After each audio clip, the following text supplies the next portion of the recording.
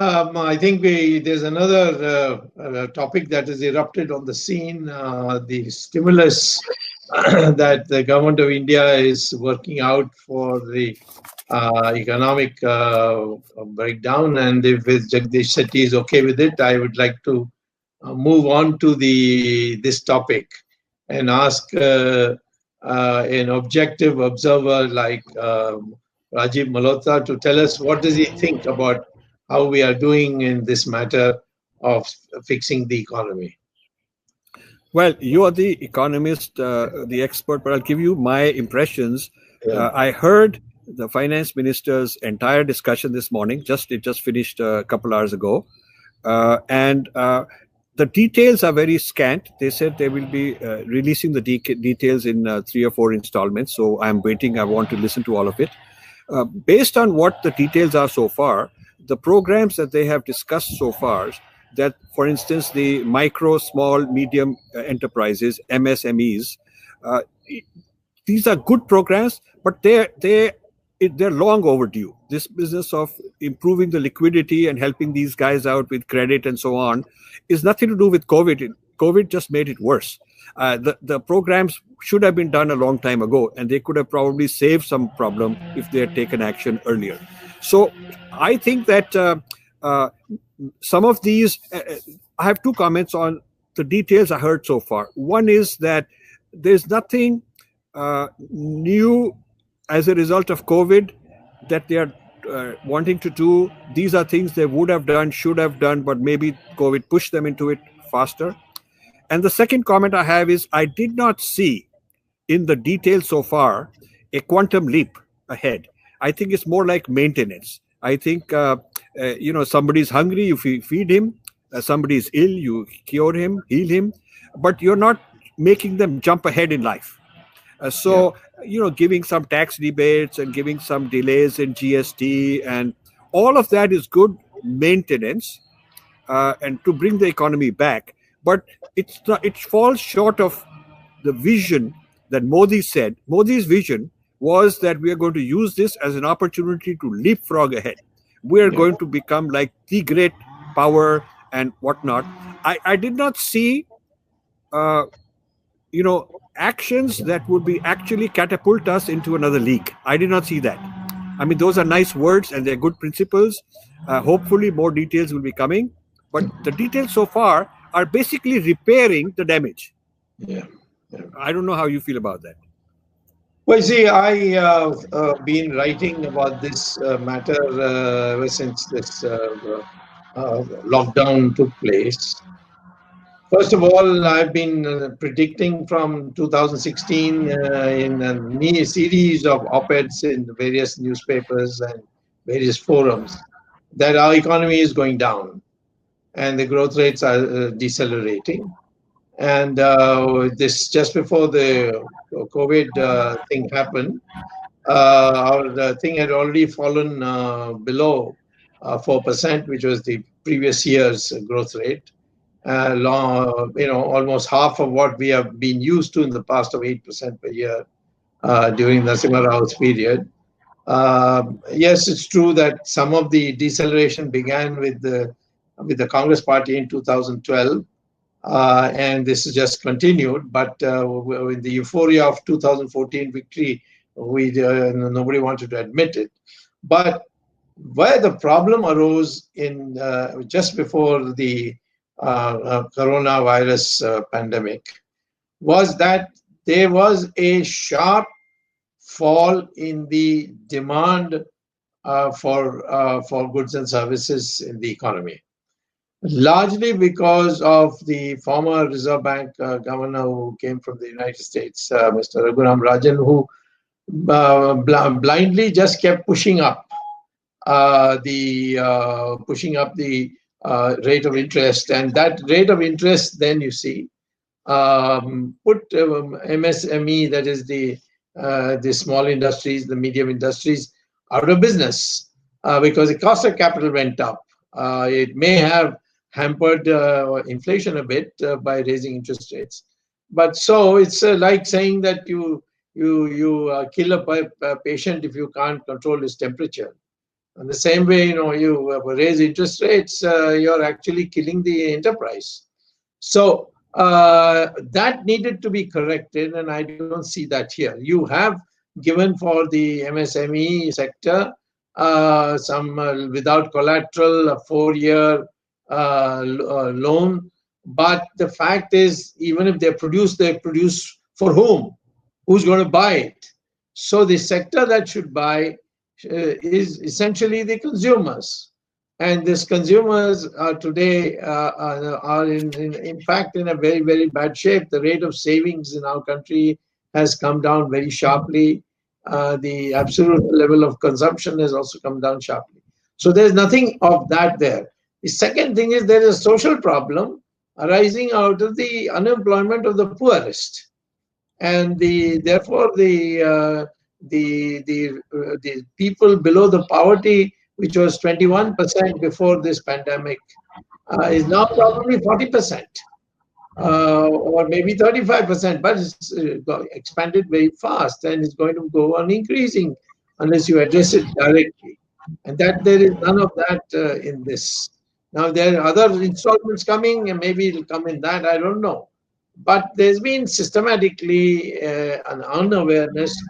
The issue is demand, and along with it, supply. There are some industries, the supply is not a problem. For instance, automobile, they have got a huge inventory.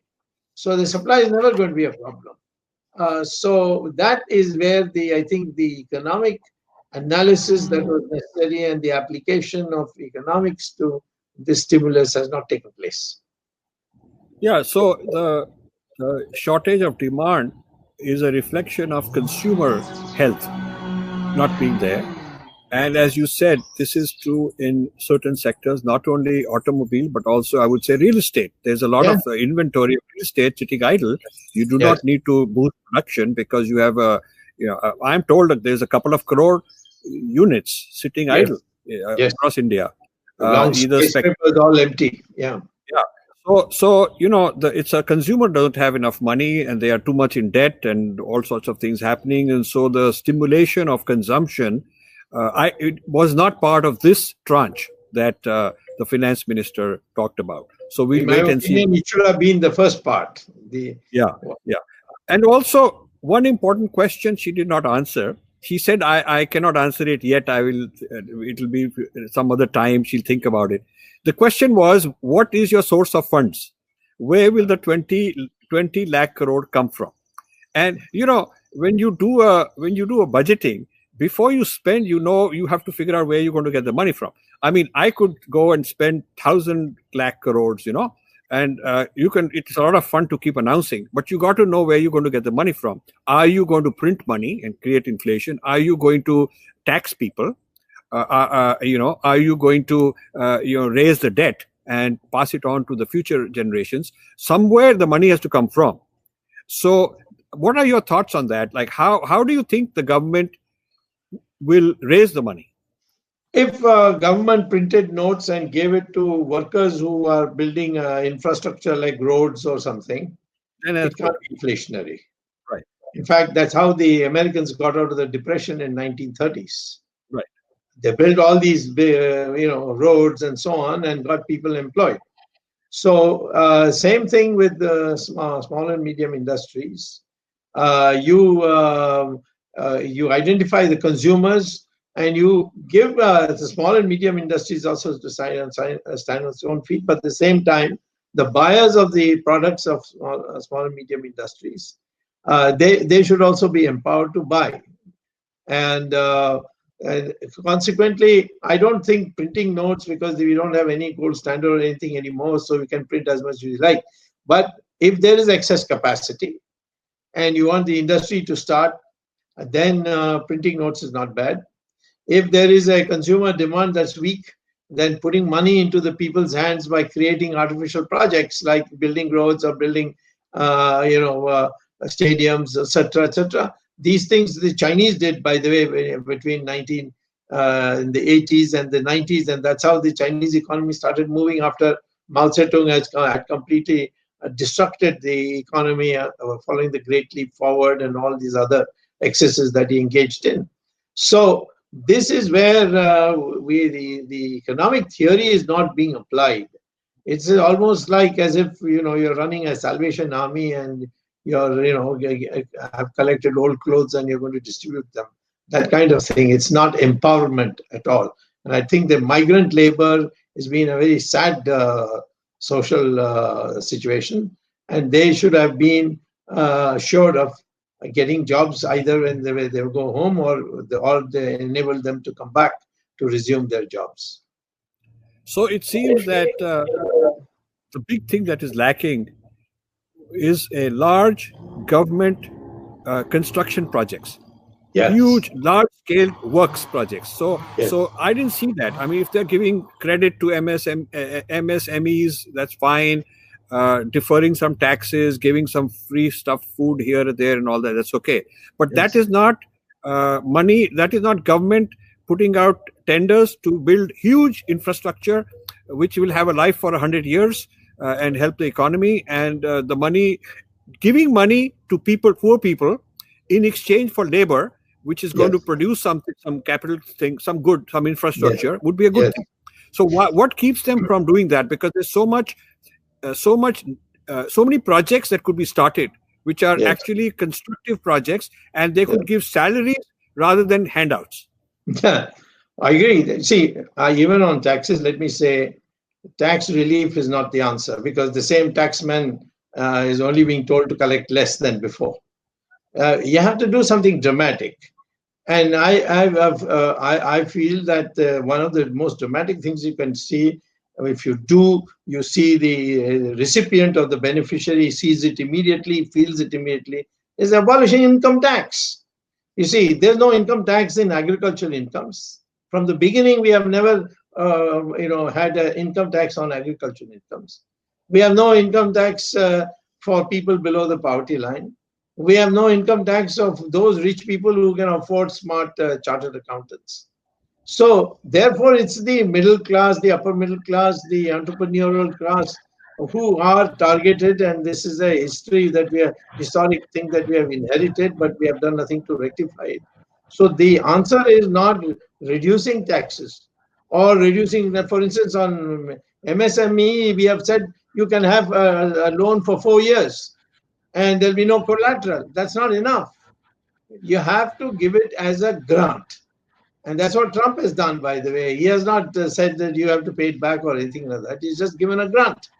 So I think the bureaucrats are forming these programs and not economists who can stand on their own feet and stand up to the politician. So this takes us to a favorite topic of ours, and that is the too much power of the bureaucrats. That's right. And too much power of the bureaucrats because the politicians don't have the subject matter expertise. That's right. They get shunted from this ministry to that ministry, like ministries are some kind of a joke that you can run this one, that one. That's right. They're not like lifelong people who've really studied a particular field of expertise. That's right. I mean, somebody who's a defense minister does not have a background in defense. He just listens. He reads reports. Or strategic analysis. And somebody who's a finance minister does not, in India's case, does not have to be an economist. I mean, this is the problem we have. Yes, that's right. We are not giving subject matter experts the top leadership. And the bureaucrats are sort of inbred. They belong to some cadre and they're sort of inbred. And they're going to close ranks. They are not going to shake up the way things are done because that's their whole power structure.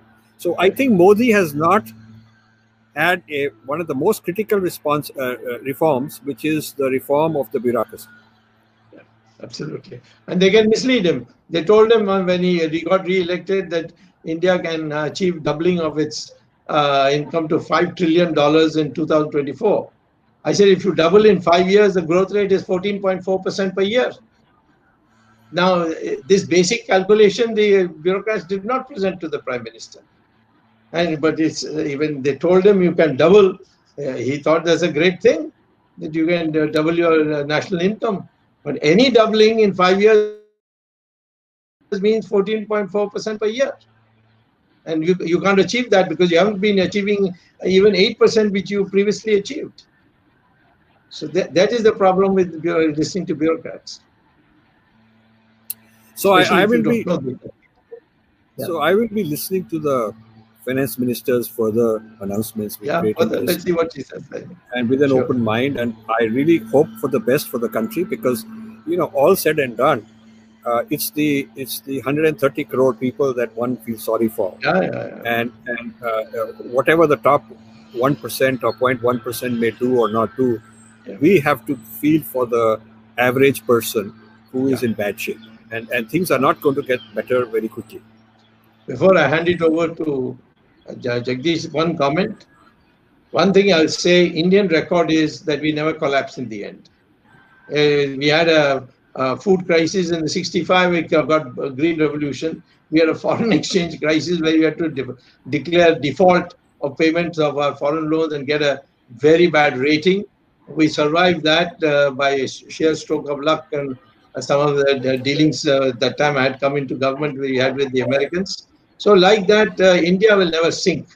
But why India should not gallop? That is the issue. And so now, Jagdish, if you want to... So on this, what I'd like to say is that thanks to the tapasya of our ancient rishis and our ancestors, we have inherited a lot of good karmic, good karma of the past. And rather than sort of living off this life and saying, okay, we're invincible because our, the ancient people did such great tapasya, we have been given an opportunity to do the tapasya ourselves and continue this for the next generation. That's right. Because, we have not been sinking, but, a big ship takes a long time to sink. If it's got some leaks, it will look like, in one generation, it look like it's still floating. But India should not be content with just floating. As you said, we should be taking a leap ahead, and we should show the potential of the Indian people. The Indian people have a huge potential which has not been realized. Right. Jagdish? Yes, Arvind, please. Thank you, Dr. Swamy and Mr. Rajiv Malhotra for bringing two very important issues today to our listeners. First issue about the US presidential election. I think since the opinion is that Trump is in a better state to help India when he returns, and I think Prime Minister Modi has already organized the two events, Namaste Trump, and he was a part of Howdy Modi. So maybe Indian Americans will also help in the election to the Trump coming back. And the second issue, of course, all the cards have not been opened by the finance minister. The announcement is coming in bits and pieces, and let's see what unfolds before the entrepreneurs and the MSME businessmen and the public in general to face the COVID-19. Thank you very much. And tomorrow we are going to have a special guest from UK, Mr. Satish Sharma. And Satish Sharma is going to talk about the Ghar Bapsi for British Hindus, if or when. And we'll be meeting at 8 o'clock as usual. Dr. Swamy will be with us. And along with this, Mr. Satish Sharma will be joining us. So look forward to this very interesting discussion tomorrow as well. And thank you for presenting this very interesting topic today, Mr. Malhotra and Dr. Swamy. Thank you very much. Bye. Thank you. Jai Hind. Jai Hind. Namaskar.